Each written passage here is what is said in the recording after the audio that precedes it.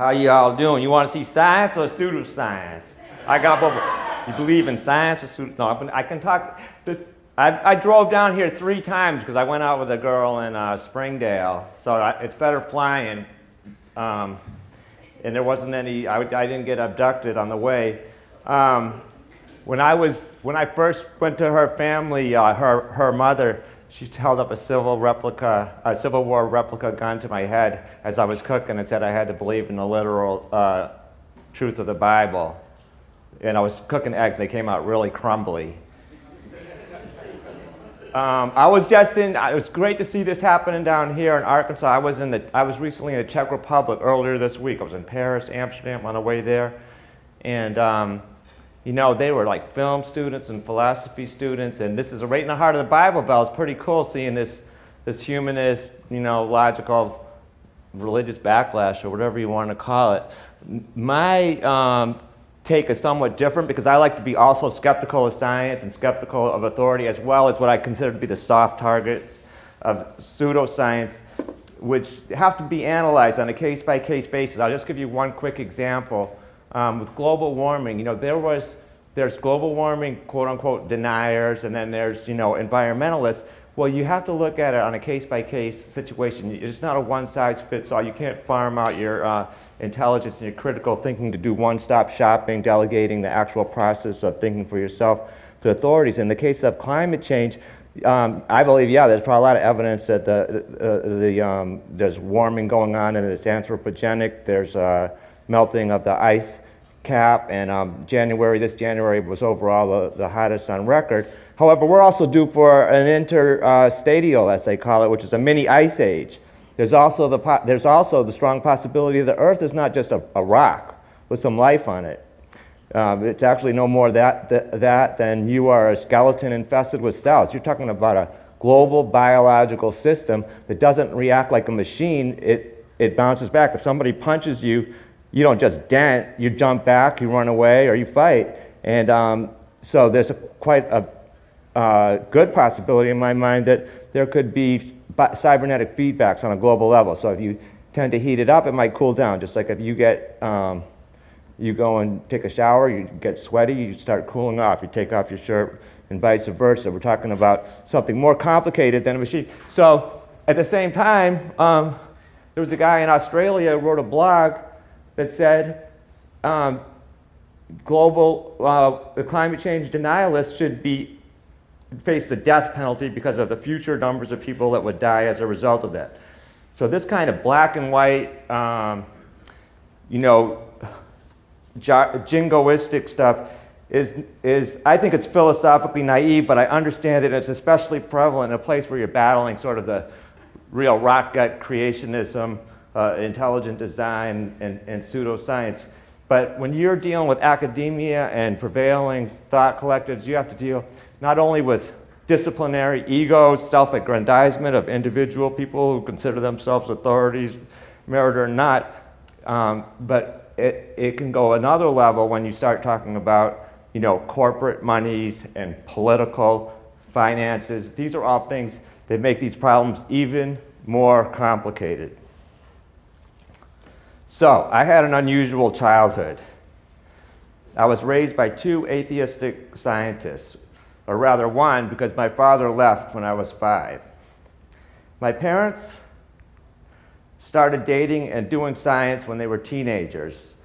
They first saw each other on the staircase at the University of Chicago. My mother got into that school when she was 14 through a special program. If you don't know who my mother is, her name was Lynn Margulis, very famous biologist. She actually got into the National Academy of Sciences, which my father never did, despite the fact that he's a much more famous, world-renowned celebrity. My father helped interest her in science. They were married. I have a letter from my father from the University of Chicago, Yerkes Observatory, Williams Bay, Wisconsin, dated 18th of March, 1959. It is addressed to a which is, I really caught my attention when I looked at that because I was born on St. Patrick's Day. That would be March 17th of that same year. It is addressed to a Dr. H.J. Muller of Indiana University, Bloomington, Indiana. According to Wikipedia, Muller was a, quote, American geneticist, educator, and Nobel laureate, best known for his work on the physiological and genetic effects of radiation, as well as his outspoken political beliefs. Dear Dr. Muller, it begins. Dr. Crow showed me a passage in a recent letter from you to him, which encouraged me to write up the enclosed manuscript. I have combined a more detailed discussion of possible primitive lunar organic syntheses than in the little paper I sent you some months ago with a simple discussion of biological contamination of the moon done for Armor Research Foundation.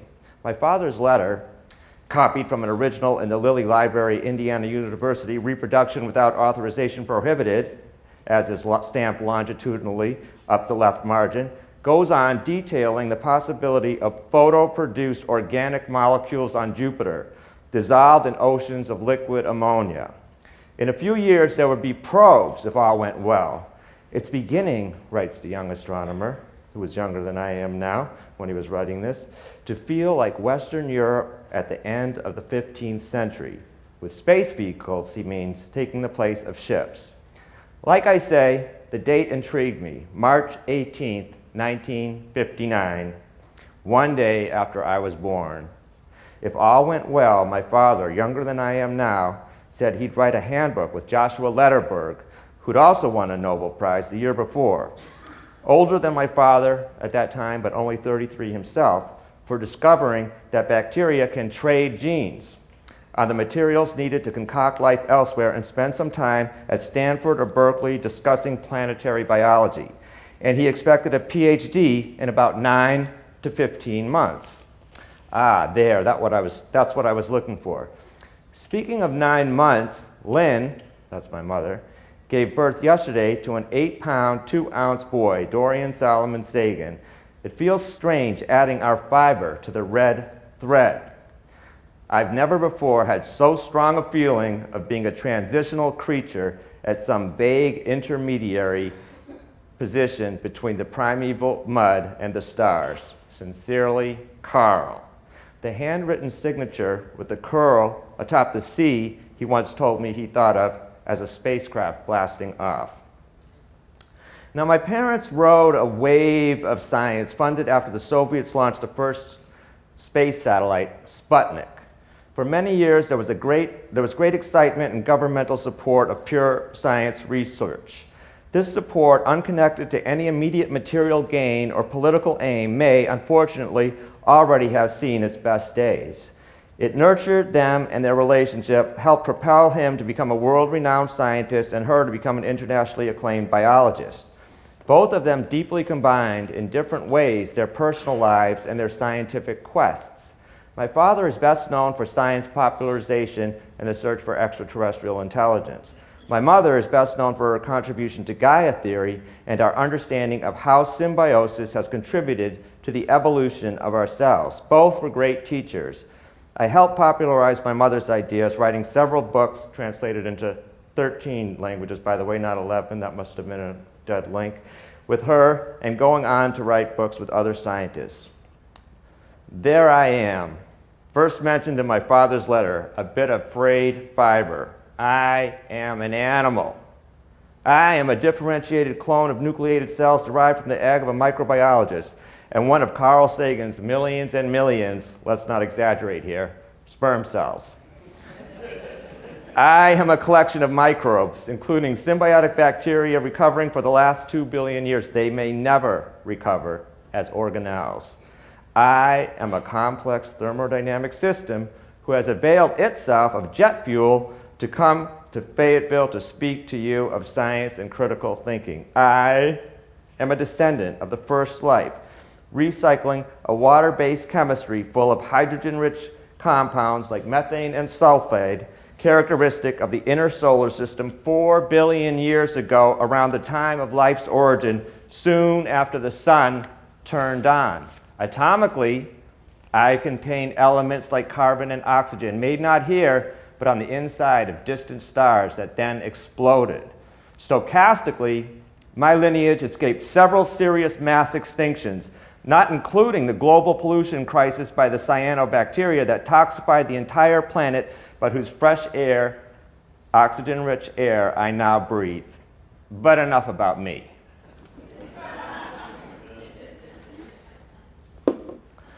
Science is not just about what feels good, as my dad liked to say, nor is it just about making elaborate theories. It is rather, to quote mathematician and philosopher Alfred North Whitehead, a combination of lucid theorizing, and I would have to disagree a little bit with the last speaker as far as science goes, because the speculation is crucial to scientific advance, and, of course, the irreducible and stubborn facts, which is a phrase that Whitehead got from William James in a letter to his brother Henry, the psychologist to the writer. There is even, this philosopher Alfred North Whitehead pointed out, an anti-intellectualist strain in science. What? Anti-intellectual? Yes, because the medieval scholastics, for example, were great at building theories. But such theories can risk, as physicist Wolfgang Pauli said about a student's overdone paper, they can risk not even being wrong. This criticism has even been applied to science itself, for example, superstring theory.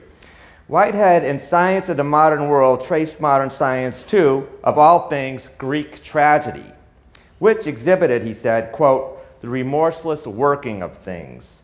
It is crucial for science to stay in touch with the facts and to be willing to jettison its viewpoint if they are contradicted by them. Self-aggrandizement, political and financial influences can all undermine the science which, as physicist David Bohm articulately says, is about the search for truth whether we like it or not. Judaism, Christianity, and Islam fail miserably when they are taken literally. There is supposed to be a giant man-like entity in the sky, but he is not there when we look. As a story, though, such an idea fares better. Terry Archer, an editor at Ace Books, an old science fiction imprint, said, if the Bible were submitted today, it would be summarily rejected. Maybe, he said, if the author cut it down to 40,000 words, and it needs a catchier title. Instead of the Old Testament, why not Master of Chaos? And New Testament's not too good either. Maybe The Thing with Three Souls. Then it would have a better chance. However, if we take a real look, this is the kind of thing that we find. This is Carina Nebula, NGC 3372, also known as the Keyhole Nebula. You can see the keyhole there next to the arrow. A perk for the NSA, assuming they have the processing power to look through it.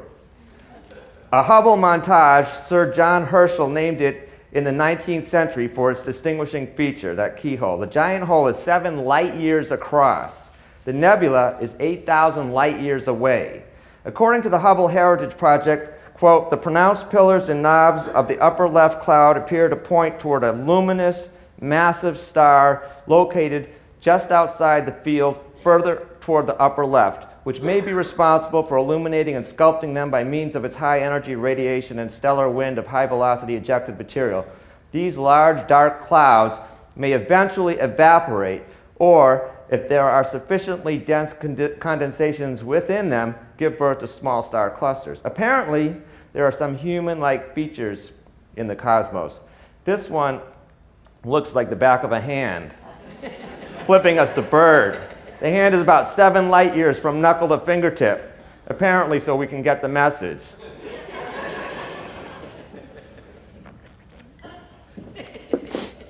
On the other hand, the root word of religion is religare, to relink from Latin. And relinking or reconnecting is what science can do in its spiritual mode, showing us how we are linked to the processes of nature. Chemistry connects the substance of our bodies to those of stars. Evolution connects us to other organisms. My dad gave his early book, Cosmic Connection, which was dedicated to me and my brothers, the 2 that were alive at the time. He dedicated that to Neil deGrasse Tyson, as Tyson says, when he was 17 on the first of the new Cosmos episodes. I only saw 1 and 4 because the first one was on YouTube before Fox took it down and then allowed you to watch it with lots of commercials. He says it helped Tyson said it helped his career get started when my father ascribed it to him in Ithaca. I am deeply in favor of science as method of curiosity and criticism, wonder and skepticism, whose results connect us to the universe. However, even when we move beyond simple religion, we can fall prey to the belief that we are overly special, different from the rest of the universe, vastly superior to other organisms, and that's partly what I mean by my title of A Vaster Universe. I do not think that facts bear this out. Humanism, which of course is very close to skepticism in its anti-creationist mode, if it does not see a God sitting on his throne in the sky, nevertheless shares with atavistic religion a too great focus on humans as separate and special. Bertrand Russell and Alfred North Whitehead, of course, were working on a famous mathematical language project, were sitting together. Russell turned to Whitehead. "The problem with you, Alfred, is that you are woolly-headed." To which Whitehead replied, "The problem with you, Bernard, is that you are closed-minded." Here's one of my favorite Whitehead quotes. "The human race consists of a small group of animals which for a small time has barely differentiated itself from the mass of animal life on a small planet circling around a small sun. The universe is vast. Nothing is more curious than the self-satisfied dogma with which mankind at each period of its history cherishes the delusion of the finality of its existing modes of knowledge. Skeptics and believers are all alike. At this moment, scientists and skeptics are the leading dogmatists. Advance in details is admitted. Fundamental novelty is barred. This dogmatic common sense is the death of the philosophic adventure. The universe is vast." So I'm being a provocateur here. Let me now take you on a brief tour of what I see as this vaster universe. Protagoras, who said that man is the measure of all things, you could interpret that as meaning that we are the center of everything, or you could interpret it as meaning that we are limited because of our humanness and associate everything with ourselves. So it can be taken as a philosophical caveat. This is the pale blue dot made famous by my father, taken in 1990 by Voyager 1, and is partly taken because of his request. Less than a single pixel across. You only appreciate what you've got when it's gone. Appropriately started relaying its messages, this photographical mechanism did on Valentine's Day, 1990. Here's the Miocene epoch, 23 to 5 million years ago, age of mammals. Now, it's interesting.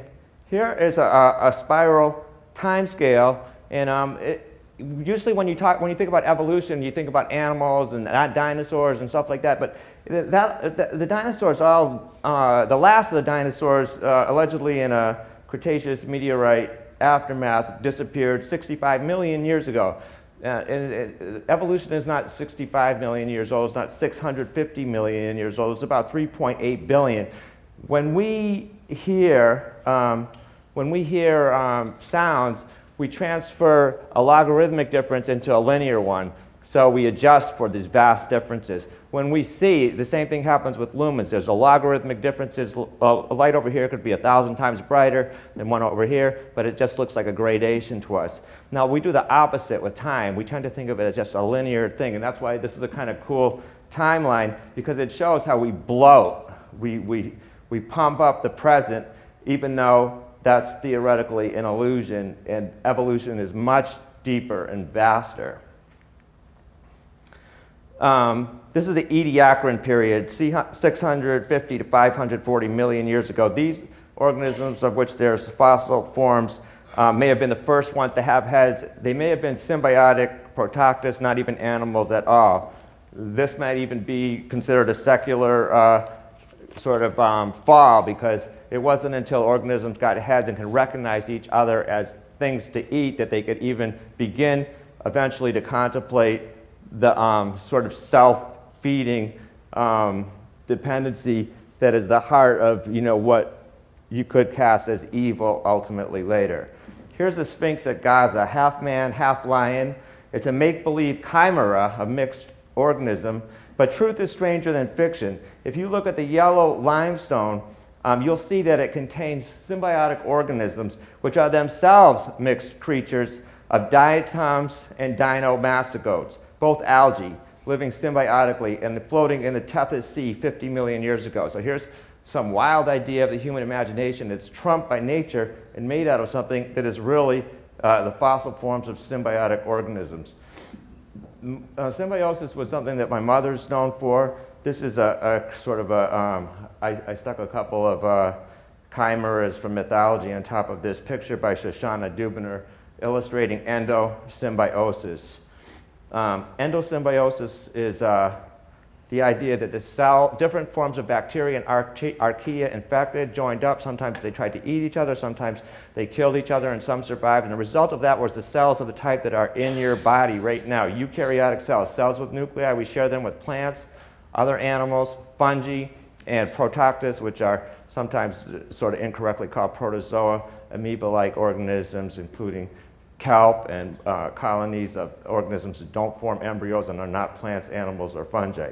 Here's a shaman's picture by Pablo Amaringo. You see he's got a green-faced woman there. On the real animals are plant animals. You can call them plantimals. They're integrating both photosynthesis and movement because of permanent associations like sex, but they never uncouple. Here is a Smithsonian, here's actually stromatolites from Shark's Bay, Australia. These are bacterial skyscrapers. These organisms go up towards the sun. They were originally called cryptozoans. They look like rocks. They're actually living organisms, sort of like trees, who most of which the tissue is dead, but have a growing layer. And they are cyanobacteria and other organisms that live on their exudate and slip outside of the sheaths and grow on top of each other.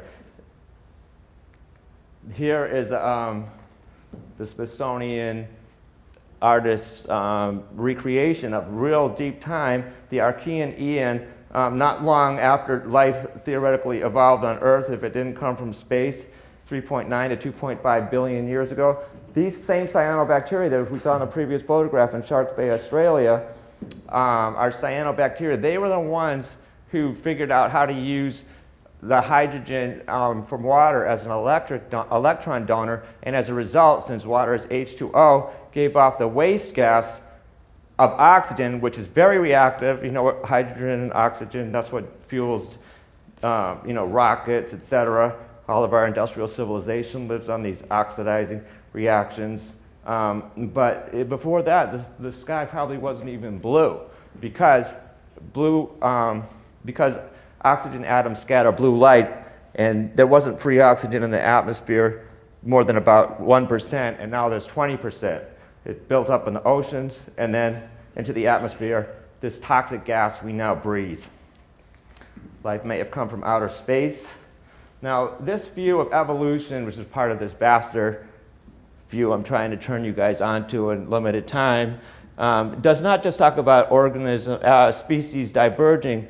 It has crucial evolutionary events happen when different kinds of life came together. They came together and then they diverged again, and these endosymbiotic events, which might be couched under the rubric of symbiogenetics as an emerging science, and you've heard a lot about the microbiome recently. Well, we were writing about that in the 1980s. My mother and I, as I tried to popularize some of her work, are crucial to what's happened over evolutionary time. Life is not just about competing and fighting, it's also about these deep mergers and the triumph of partners. You could consider it more of a tree than, more of a network than a tree. I actually designed this to illustrate the 5 kingdoms, which is a popular taxonomy. There at the bottom are the bacteria, and then on the pinky, you can see it's a left hand because I am right-handed, and I put a coin there, and it was replaced by the Earth. A Japanese book designer put the stars in the background. It's not a particularly high-fidelity picture. On the left side, you see the result of the bacterial mergers, which are these eukaryotic cells represented by amoeba, paramecia, kelps, and seaweeds, and stuff like that, slime molds, going all the way up to the present. So next to that, on the ring finger, are the fungi, which are also eukaryotic cells, but they absorb their food from the outside, break it down, crucial to the recycling of life on Earth. Then we see the plants, represented by, I think that's a sunflower, the little lizard, are the animals, But you see all these fingertips representing time as we go up on a linear scale. They never disappeared. All these life forms, they become more complex, but they contain their antecedents. And then as I was drawing this and making these little squiggles, I saw the man and the woman's face in there. And so I brought that out. And that's kind of to remind us, the way I think of it, that we're always seeing things from a limited human perspective. Here are some of the cyanobacteria that still live today, that were the ones that gave Earth the blues, that brought oxygen into the atmosphere. That was at first extremely dangerous gas. It was far worse than anything humans have ever done, or we could even really contemplate them doing, as we introduce a few more parts per million of carbon dioxide in the atmosphere and freak out about that. Maybe for good reason. It could have a devastating effect on civilization. But they raised the level of oxygen gas from basically 0 to basically 1/5 of the atmosphere on this planet before any animals, plants, or fungi. Now, I want to just go a little bit deeper. This is another part of my scientific worldview that is cultivated from working with different scientists, not just my mother. I worked with Eric D. Schneider, a Montana thermodynamicist, ecologist, for about 2 decades. And these are the first, before people got laptops and got all excited about complexity theory and artificial life and stuff like that, what was hot, and I think is still more important, are complex thermodynamic systems that cycle matter in regions of energy flow. Here's Belousov-Zhabotinsky reactions, a kind of chemical clock that can change colors. There's a story about priests going up in an elevator in a Jesuit university as a scientist had these, and one priest asked the scientist, are those alive? And the scientist said, whose name was Bill Early, he said, "No, Father, they're just like you. They metabolize, but they don't reproduce." That's Jupiter's red spot. It's at least hundreds and possibly thousands and many hundreds of thousands of years old. And on the right is a colorized version of diatoms, one of the symbiotic organisms that were in that yellow limestone of the Great Pyramids that also depict mythological symbiotic organisms. Here are Baynard cells, which are convection cells, which a French scientist discovered on the bottom of a photographic plate that's heated up. And what's interesting about them is that the difference between temperature, and these have had aluminum flakes added to them, create cycling systems. And in order to get rid of the differential between the temperatures, the gradient, as energy is flowing through them, they form organized structures. So there's many kinds of interesting complex systems that form in regions of energy flow. And you could add storm systems, which can multiply and become more numerous, sort of a kind of non-living reproduction as barometric pressure and temperature gradients increase. This is important because life, although we hear a lot about genetics, I would say, based on a non-equilibrium thermodynamics perspective, is more of an energetic, first and foremost, an energetic system, and the genetics allow it sort of to relight the fire. So life has been doing its thing on Earth, maintaining and growing certain types of organization that allow energy to dissipate. And the essence of the second law is really not that this mysterious, sexy kind of word that's bandied about entropy increases. I mean, that's true, except it obscures the point, and you can't just associate entropy with disorder, because these are organized systems.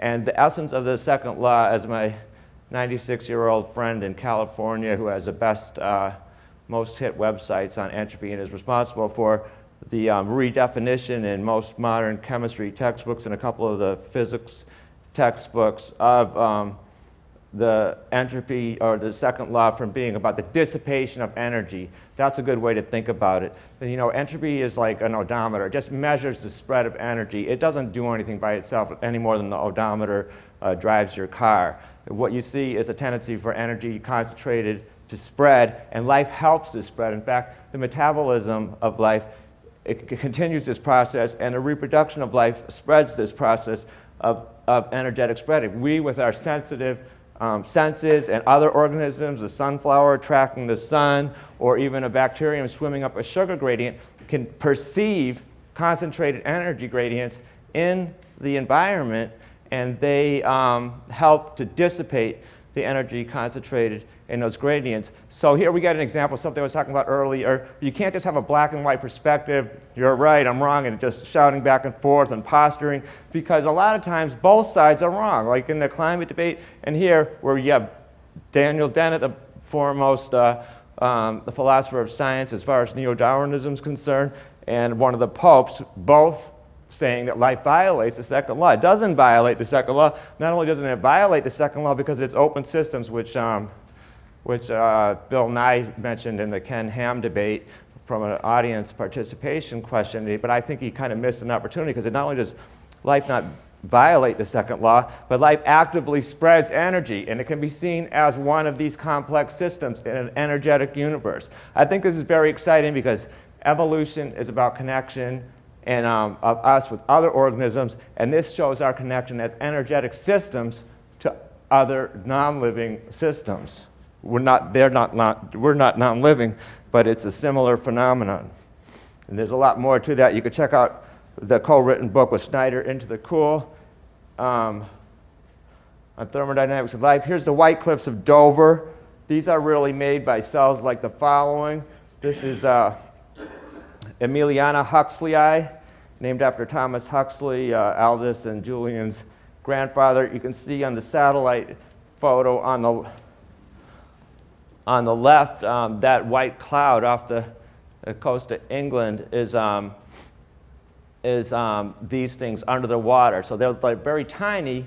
They're playing a role in the atmosphere. In fact, they produce dimethyl sulfide, which may serve as, after some chemical reactions, as nuclei for rain droplets. So by growing when it's hot out, they produce more of this stuff, and theoretically that produces more clouds, and so you have a thermodynamic system of cooling based on growth. It has nothing, thermoregulation at a global scale, one of very many types of phenomena that include chemical thermodynamic equilibrium and the salinity of the oceans that are regulated by life on an unimaginably vast scale compared to what human engineers can do. Here's the organisms in question that you see in mass on the left.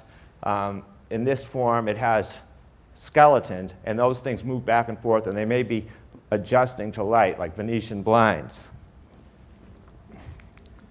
So here's the Temple of Apollo at the base of Mount Parnassus in ancient Greece. And I put it in a little dialectical, know what you is, and nothing in excess. And they both apply to our situation, especially when we think about the fact that there's twice as many people on the planet as when I was born. And at that rate of increase in 2,000 years, the same distance between now and Christ in the other direction, you get not billions or trillions, you get quadrillions of people. Impossible. That's not sustainable. There's no such thing as sustainable growth at that level. So something's got to give. And again, it allows us to grab our bearings in terms of what's going on a planetary level, in terms of evolution beyond anything human. Well, what is this? Oh, I don't know. We'll find out. Well, my father was a humanist, one of the greatest, but there is a problem with humanism. And if somebody needs to grab me off the stage with a shepherd hook, because I want to leave time for some questions, let me know, please. But there is a problem with humanism. We are the only one of some 30 million species, and we continue to think, as in monotheism, that it's all about us. Our self-centered species tends to ignore that all economics, politics, and technology make sense only in terms of a global ecosystem. We are a tiny part of a vast evolutionary history. If I stretch my arms out representing time, life's origin is here, and civilization starts here, a couple of days' growth of my fingernail on this side. To know ourselves, we need to be teaching this history, far more than human, far more than animal. But let me talk a little more about my father in relation to humanism and skepticism. Of the several cartoons in which my father's image has appeared, perhaps the most famous, published in the New Yorker, depicts two aliens coming to Earth. No, not Carl Sagan, says one of the saucer-bound spacelings. Too hokey. Let's grab somebody less obvious. He will forever be associated in the popular imagination with the cosmic, the extraterrestrial, the post-religious, scientific sublime. At 6 feet 2 inches with a bass voice, I heard it in the womb, perfect diction, an encyclopedic memory, umless speech, and a preternatural, if to me at times privately aggravating, way of orating reasoned paragraphs that made other people's speech sound like illogical jabberwocky, he was and is larger than life. When I was 12, listening with great frustration to conservative talk show host Avi Nelson in Boston, I used to daydream that my father would call in and put the smarmy rhetor in his place, blow him away with reason. My father was perhaps the most recognized scientist in the world when his show first ran. As a teenager, I had friends who told me to tell him to run for president. People I'd never met proclaimed to me that he was the smartest person in the world. A woman who later became betrothed to a millionaire tycoon of a girly magazine empire first sent naked pictures of herself to my father in hopes of sparking a non-otherworldly interest. No doubt much of this was due to his naturalness on camera, his telegenic presence that was showcased in the very successful PBS television series Cosmos. Well, now Tyson stars in the revival of that show. Having no TV, I saw the first episode on YouTube before they took it down, and the friendly, competent Tyson, as I said, tells us as a 17-year-old from the Bronx visiting him one day in 1975, Carl changed his life, describing cosmic connection with the prophetic, self-fulfilling words to a future astronomer. Tyson adds, at the end of the day, he drove me back to the bus station. The snow was falling harder. He wrote his phone number, his home phone number on a scrap of paper, and he said, if the bus can't get through, call me, spend the night at my home with my family. I already knew I wanted to become a scientist, but that afternoon I learned from Carl the kind of person I wanted to become. He reached out to me and to countless others, inspiring so many of us to study, teach, and do science. Science is a cooperative enterprise spanning the generations, and I would add, it is at heart international, multi-ethnic, intrinsically open to both sexes, and of course, if they exist, to aliens. The openness of science, its free flow of information is crucial. Science cannot be reduced to economic benefit. Star teacher and stellar spectroscopist Renee James makes this abundantly clear in her soon-to-be-published Science Unshackled. The great results, including economic benefits of science, come about not through trying to make money or get famous or doing ideological battle, but through a combination of curiosity and criticism, or as my father liked to put it, skepticism and wonder. The failed search for evidence of evaporating black holes led to Wi-Fi. The study of twitching frog legs led to batteries. Figuring out how colorful cone snails in the Philippines kill and numb led to powerful new painkillers and many other new drugs. So these are what those are. The great American, they're the Philippine cone snails. The great American ecologist G. Evelyn Hutchinson compared a good scientific theory to a work of art, even to a numinous experience of the sublime, of the kind sought after and experienced by some in religion. It has intrinsic value for its own sake. Whitehead said the worst scientific sin is blocking the road to inquiry. Science is not about censorship, and skeptics are sometimes guilty of this. Science is not about blocking the road to inquiry, whether by ecclesiastical authorities or scientific review boards. Peer pressure and real science can be fundamentally at odds, and yet we are humans, part of a hierarchical, intensely social species. We like to be right. If we are authorities challenging our knowledge, it can dangerously threaten that authority. But in a deep sense, science is about challenging human authority, looking directly to nature for answers, and forgetting wishful thinking and theories that make up excuses for anomalies. Jesus Christ, save us from the Christians. As Oscar Wilde said, charismatic as my father was, the message of science has nothing to do with his or anyone else's personality. Steven Weinberg describes science as proceeding by simple, impersonal principles, but to err is human. Indeed, science requires not the courage of your convictions so much as the courage to go against those convictions. Now, I don't know if you know one of the most famous things, and it's often mentioned in forums like this, what makes science different from pseudoscience is the story of Karl Popper, the Viennese philosopher, who came up with the idea of falsification. For it to be real science, you have to be able to say, well, what evidence can you give me that would make you throw out your ideas? Well, Popper came up with that because he was a Marxist, and his friends were Marxists, and they had these long theoretical discussions, and they all buttressed each other and built each other up. And then one day there was a student demonstration, and one of their friends, one of these teenagers, I think, got killed in the demonstration. And then when he went back to hang out with his friends, they all had a big Marxist theoretical analysis of why he died. And then he's like, this can't be science, because Marxism in that culture at that time was presented as a science. And he said, it can't be a science because there's nothing that could happen, even the death of one of our own friends, that would change these theoretical views. So he came up with that. Now, that might not be a completely accurate, realistic description of science, but it's definitely a step in the right direction. There's definitely an element of consensus. You can't really get around it.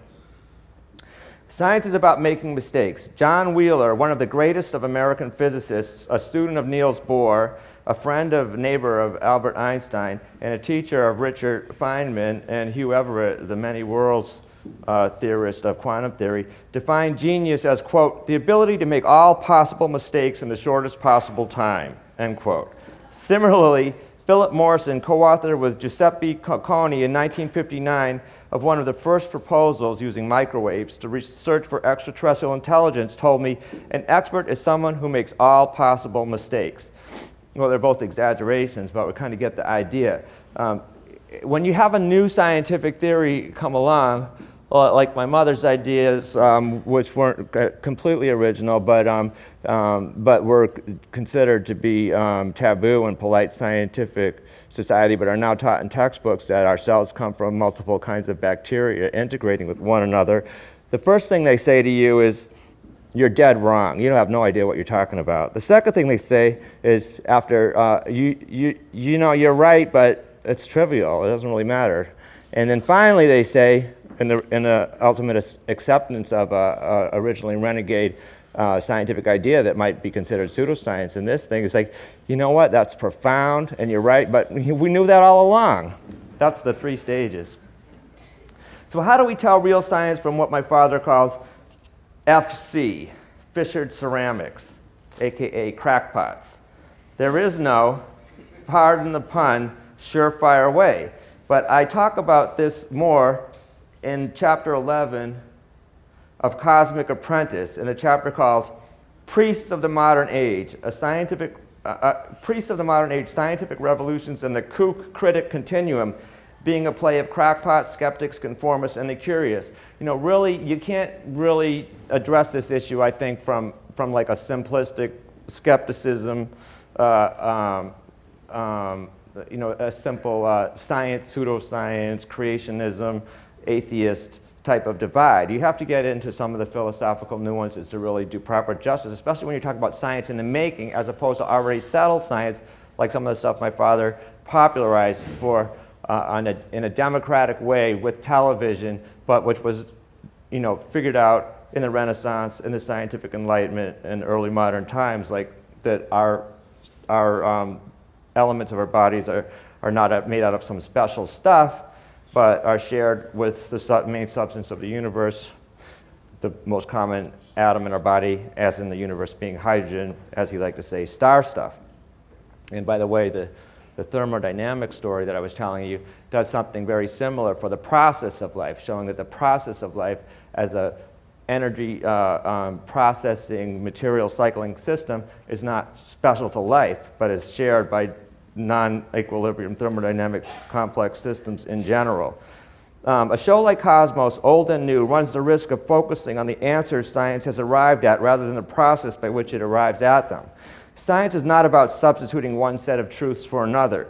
It is the process, risking being radically wrong, by which it arrives at them.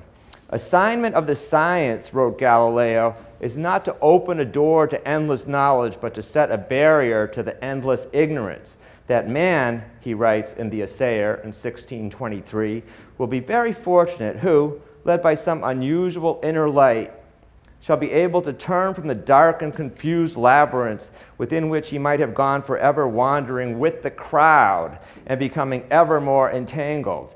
Therefore, in the matter of philosophy, I consider it not very sound to judge a man's opinion by the number of his followers. Hear ye, Facebook generation. When my dad was a kid, in junior high, I believe, his science teacher said, Mercury always keeps its same face towards the sun. No, he began, that's not right. The teacher, miffed, handed him the chalk. Do you want to teach the class? It was a new result that Mercury slowly rotates. Yes, he said, and began teaching the 6th graders or whatever they were. Of course, take the story with a grain of chalk. My grandmother told it to me. In the 80s, I came across an interesting discussion of what is known as the Monty Hall paradox. Maybe you know it. It's a statistical illusion. The name comes from Let's Make a Deal. Monty Hall, the moderator, has a red Corvette behind one door, goats behind the 2 others. You choose a door, say door number 2. He opens another door, say door number 1, you're choosing 2, and you see a goat behind door number 1. The question is, assuming you prefer a car to a goat, should you stick with your original choice, number 2, or should you switch over here to door number 3, or does it matter? Well, my father said it doesn't matter. There does seem to be a 50-50 chance after you open this one door and show a goat, and there's a goat behind one of the other 2 doors, and so you'd be fine taking either one. But this is wrong. The chances are 2 out of 3 that you were wrong on your first choice, because when there was only 3 doors, you had a 1 out of 3 chances, and the chances are still 1 out of 3, meaning there's a 2 out of 3 chance that you're wrong when you choose these 3 doors, even though you see the goat. So you should switch to 3 if you want the car. I also asked my brother, a computer programmer, this. He said it's 50-50, but I'll stick with my original choice. After all, it was his choice. Having fun with it now, I proceeded at a family function to ask my uncle, Sheldon Glashow, who co-won a Nobel Prize with 2 other gentlemen, including the Steven Weinberg, who's a little barb about science being about simple, impersonal principles. I asked him, Glashow, what would be the most likely to be, what would be, which should he switch or should he stick with his original in this Monty Hall paradox?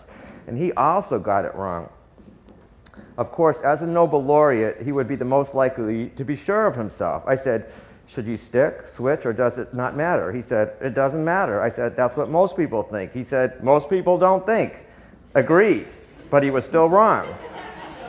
As luck or fate would have it, another uncle of mine through marriage to one of my mother's sisters was MIT mathematician Daniel Kleitman, who was there. He has a cameo, by the way, in Good Will Hunting, and an Erdos Bacon number of 3, tied for the lowest.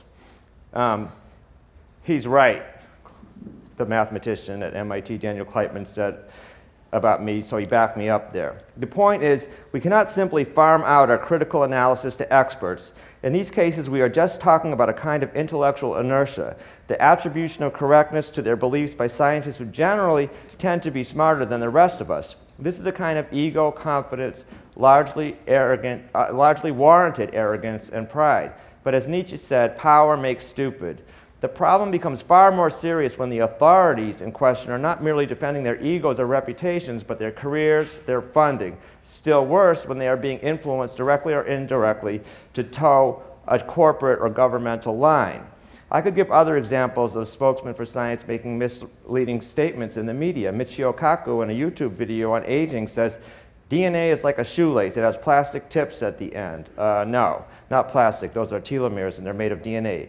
Aging is the buildup of errors. No, aging, statistically defined, is an increase in mortality rate with time. It has not been found in some animal species, while others, called semelparous, undergo genetically programmed death almost immediately after reproduction. DNA corrects errors before and after replication. The idea that aging is a buildup of errors, in fact, comes from Peter Medawar, who Richard Dawkins called the wittiest of all biologists, in 1954. Medawar's idea was brilliant, But that idea of aging is itself an error. It does not align with the new facts of genes being directly connected to aging, and they can knock some out in nematodes and have them live 8 times as long. Medawar himself said, the human mind treats a new idea the same way the body treats a strange protein. It rejects it. I cannot give any scientist of my age better advice than this. The intensity of the conviction that a hypothesis is true has no bearing on whether it is true or not. Sir Peter also said, quote, there is nothing distinctively scientific about the hypothetical deductive process. It is not even distinctively intellectual. It is merely a scientific context for a much more general stratagem that underlies almost all regulative processes or processes of continuous control, namely feedback, the control of performance by the consequences of the act performed. In the hypothetical deductive scheme, the inferences we draw from a hypothesis are, in a sense, its logical output. If they are true, the hypothesis need not be altered, but correction is obligatory if they are false. Scientific behavior can be classified as appropriately under cybernetics as under logic. And Kaku, in the same short video, says, caloric restriction has been tested in every species but Homo sapiens. Nope. And resveratrol is an enzyme. No, it's not. It's produced with the help of the enzyme resveratrol synthase.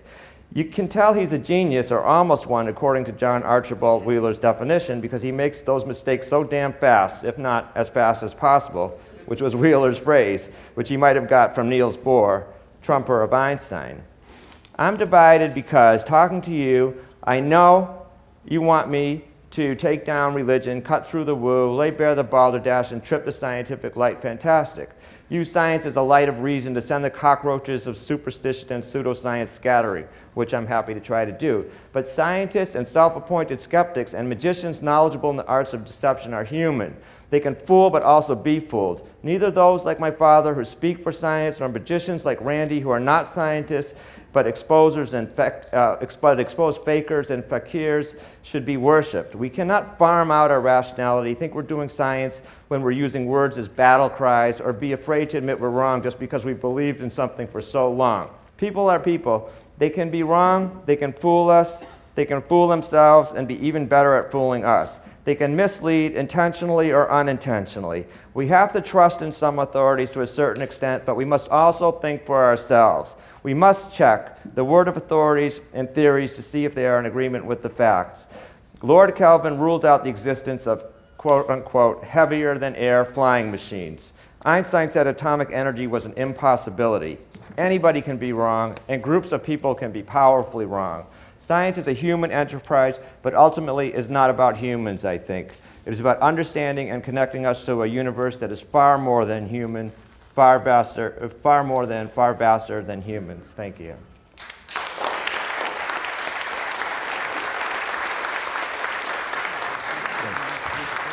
Yeah, question. So we have 2 mics set up here in front. If anybody would like to ask, just say your question. If I get any questions, they're taught not to ask questions in the Czech Republic. And they told me that before, and it's pretty funny because they said one kid asked a question, because when they're little, kids like to ask questions, but I guess it gets to be much, so it's kind of the opposite of we sometimes have in the United States, where there'll be somebody monopolizing the class and asking all these questions, and it gets really annoying. But they told one story about a kid who said, asked a question, and the teacher was like, "Didn't you understand a thing I said?" But I won't do that.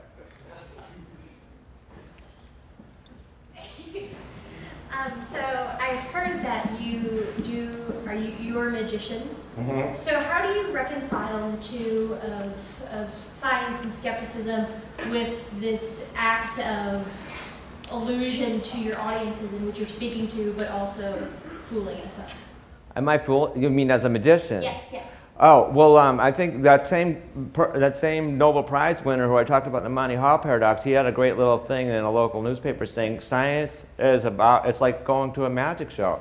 You know, you can sit back and take it all in, nature, or you can try and figure it out. I could also talk about my father. You know, I showed him magic when I was getting into it, and he said to me very sort of, portentously, nature doesn't cheat. Nature doesn't cheat in meaning that, when you go to when you're dealing with people, they'll try and trick you. And the sociologists talk about that too. They distinguish between technical intelligence, which is like scientific intelligence, how do you build stuff, how do you interrogate nature, and then Machiavellian intelligence, and they speculate that technical intelligence of technology, et cetera, and science itself come from a higher level intelligence, which has to do with fooling people in communities. There's more to be said on that topic.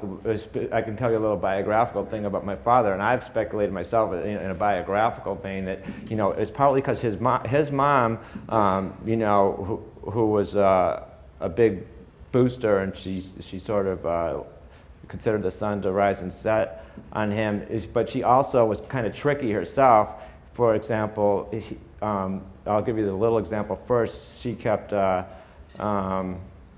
she had beer to wash her hair in the bathroom, and he thought she was a secret alcoholic, but she was just used as an air conditioner. But more to the point, when he was somewhat sheltered, and she realized early on that he really liked mushrooms, but he couldn't stand the name. So she told him that mushrooms were onions and onions were mushrooms, and it wasn't until he was a young adult and went to a restaurant and he ordered them and got them wrong that he realized that she'd been fooling him all that time. So when you have that type of interaction with somebody so close to you, tricking you, I think that's true of many scientists. There's something that they find a refuge in sort of the literal mindedness of nature. Not to say that nature doesn't necessarily cheat, because we see these orchids that look like they look like female wasps, and there's a lot, you could read a lot into that. And ultimately, of course, when we cheat as human beings, each other and other primates and other organisms fool each other, like these mimic octopi,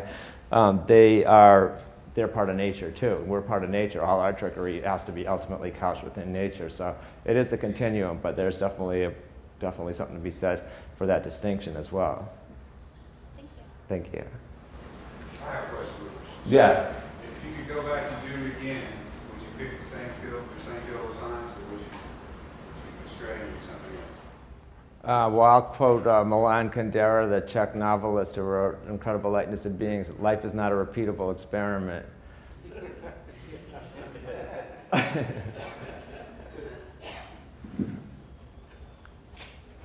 But I'd still like to build. I'd like to continue my trajectory. I don't want to just be. This month, probably in my life, I've never been so much in sort of like, the long shadow of my father as far as like my vocational stuff, being here and being in the Czech Republic and something else. But, you kind of work with what they throw at you, and there's certainly something to be said. Like, I would probably be more like of an artist, poet type, but then I wouldn't necessarily have the sort of the rich data that you get from having to do what I wouldn't necessarily have chosen, immersing myself in all the science. So it actually, I think, is ultimately to the good and does not hurt, does in no way hinders, but actually helps my ultimate, artistic ambitions, whatever those are, say writing a novel or something. Where do you see the state of mankind in 10 years, 20 years?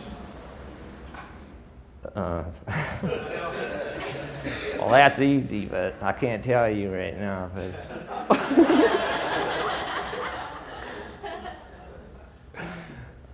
I don't know. Yeah. Your mother's, the endosymbiotic theory of mitochondria is perhaps, I believe, one of the most romantic stories in biology that I think really resonates with me. But with all the, we talked about aging and such, with all the new research that's coming around about the mitochondria, specifically how the nuclear genome communicates with the mitochondrial genome, how degradation of those pathways is been implicated in diseases such as diabetes. And I don't know if you're familiar with the Warburg effect, but basically cancer cells proclivity towards metabolizing through glycolytic processes mostly. How has that resonated with you recently, and how has your view of endosymbiotic theory shaped your view of biology in regards to health and kind of what we are? I see us as a confluent mass of mitochondria, basically we're a network of mitochondria, and I was wondering kind of how you solve things in that regard. Do you want a yes or no, or a multiple choice, or an essay question? Answer, I mean. But let me return to your question. I think it's going to be fine.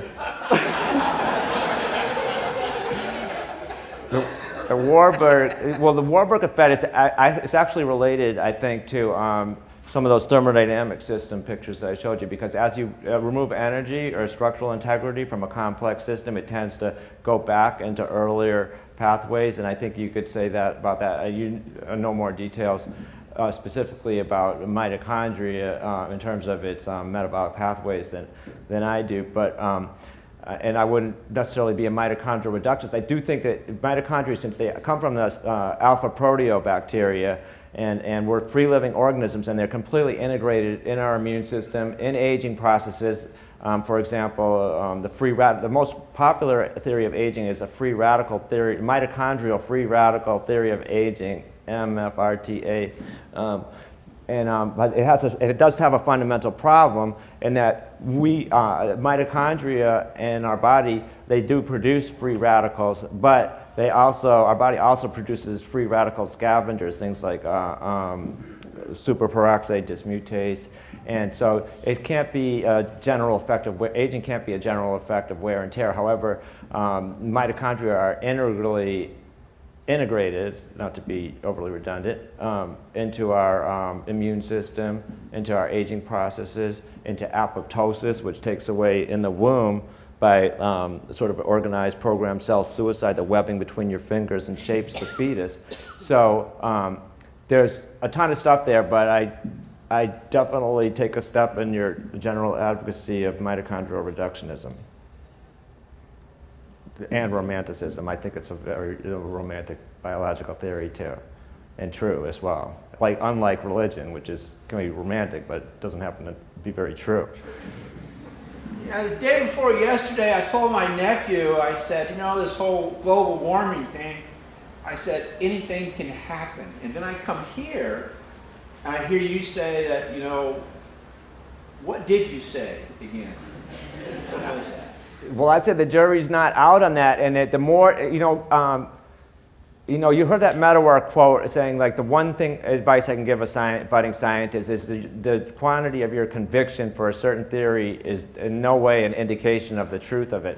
But if you look at the proto-existentialist, Christian proto-existentialist Danish philosopher, very famous Søren Kierkegaard, he even took a step further, and he said, the more passion and faith you have in an idea, which you can get an index by how loud somebody talks, how much emotions and invective they integrate into trying to back something up, how much they want to block the road of inquiry, et cetera, the more faith and passion, the less you have to have more faith and passion, the less evidence you have. So I think my mom was attracted, in some cases wrongly, but usually rightly, to certain ideas that were prematurely dismissed, because she saw how people would negate them in a suspiciously, overly dismissive manner, like, I don't want to hear about that, don't talk to me about that. You could say that about a lot of so-called conspiracy theories, chemtrails accepted probably, but that's definitely a red flag. If you can't have a discussion about the facts, but if you have to go down into like a litany of psychobabble and rhetoric and do these kind of like, even my, father's checklist, however it morphed, or the baloney detection kits, you got to look at these things carefully, and the more contentious they are and the more prone they are to like, dismissive argumentation, the more there's a problem there. It probably needs to be investigated more thoroughly, not less thoroughly. You spoke earlier about the assuredness of your relatives in their answers to the Moneyball scenario. Taking into consideration the Dunning-Kruger effect, that self-confidence is inversely proportional to confidence. Is that? Sure.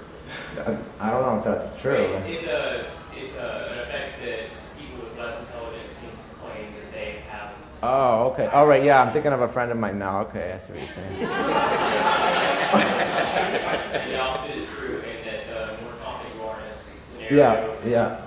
Okay, take that as a for sake of argument. Are scientists exempt?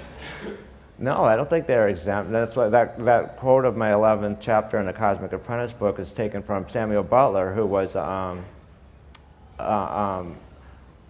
contemporary of Charles Darwin. He said, scientists are the priests of the modern age, and they must be watched very carefully. He gave up saying his prayers on a transatlantic a transatlantic sea voyage to New Zealand where he became a sheep farmer before he wrote a couple of classics of Victorian literature, Erewhon and The Way of All Flesh. But he was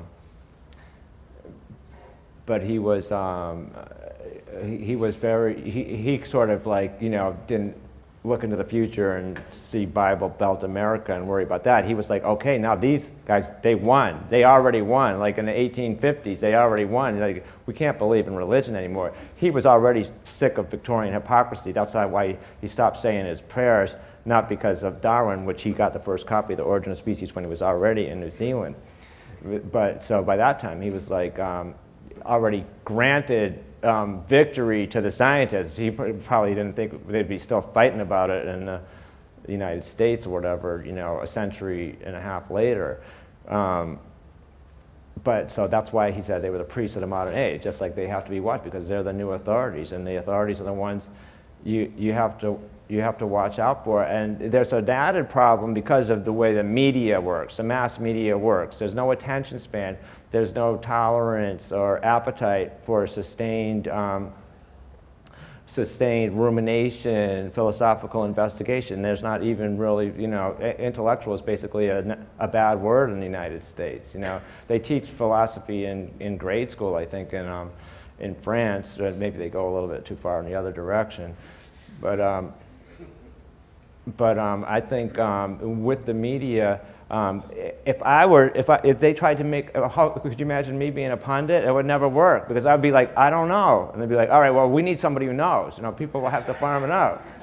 Even if they know one thing and then they know the opposite 5 minutes later, you know?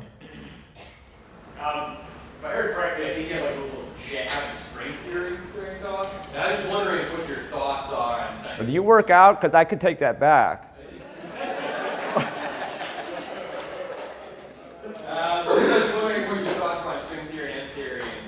No, those are way out of my pay grade. But I know that somebody wrote a book quoting the Wolfgang Pauli that it's not even wrong, and I would not be surprised. I think this very phenomenon of what I called it. What did I call it? Authority fever. Like, you know, when Michio Kaku weighing in on this, that, and the other thing, and just because he's an authority now he knows everything about everything, and he doesn't.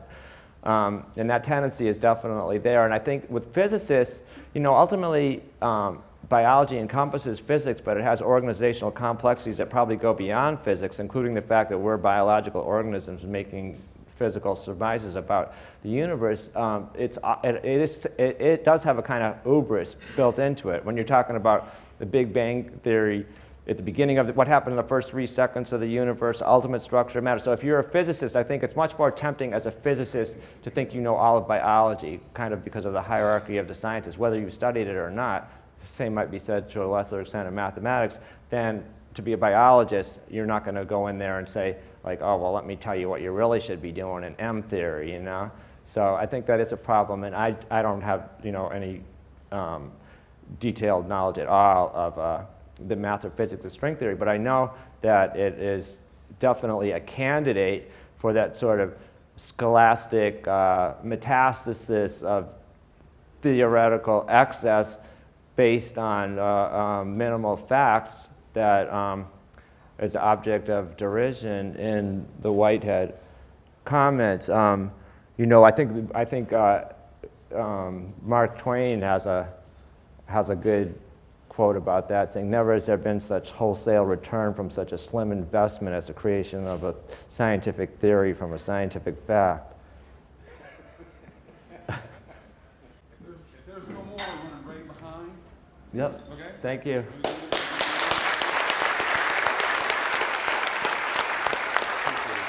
Thank you.